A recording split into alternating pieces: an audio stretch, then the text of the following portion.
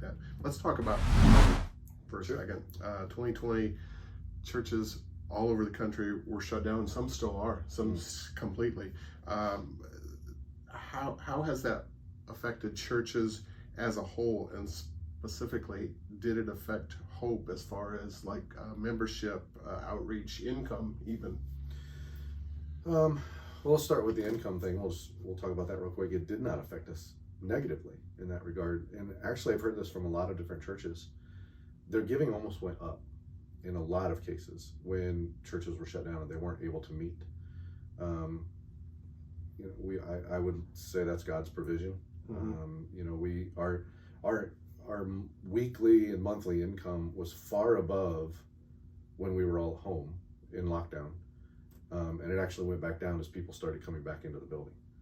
I don't know exactly what to contribute that to, other than all the bills were paid, and the staff was able to be paid, and the ministries that we helped were able to be paid, and so that in and of itself was a blessing. How it affected the church itself, we're still seeing this, and we're in conversations right now about post-quarantine. We're actually going through a book right now that talks about the post-quarantine church. How do you meet the needs of people who have been isolated, who've lost loved ones, who weren't able to actually come with closure to some of those because some funerals you couldn't go to.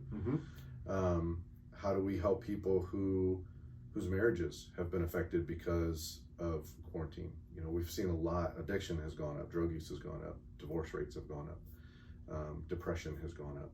And so, as a church, we're talking about how do we meet the needs of people that are reeling from the effects of shutdown and quarantine and things that as a society we've never had to deal with in these generations. And so that's what we're dealing with right now. Now, Hope was fortunate in that Wells County's positivity rates, the color coding map, we were yellow orange for a long time. We really didn't have a lot of cases here in Wells County, and so that enabled us, especially after the governor said that we can't tell churches how many they can have in their building. We just ask that you follow social distancing guidelines and stuff. So we actually were only shut down for I think a couple months, and then on Mother's Day we opened back up. Limited seating. We actually added venues. We added three additional venues within the building. So we had 5 venues within the building so that we could put small pockets of people in each one. We live streamed within the building itself, and then we even added a masked only service. And so if you came into the building, you were high risk, or you just didn't want to be around people, you had a separate entrance. You walked in that door, masks for the entire service, and then you walked out that same door. So limited access to a bunch of people.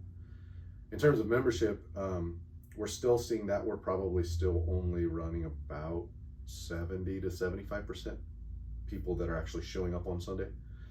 We still have probably 300 to 500 people that we haven't seen enter back into the building, and we know some of them are families with young children who have found it much easier to watch online and stay at home.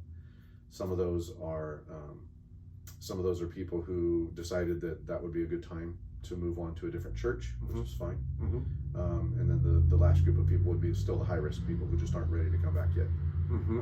And so we've been fortunate in that we've been able to open up and maintain those guidelines for social distancing, but still have in-person services, as well as a good online presence as well.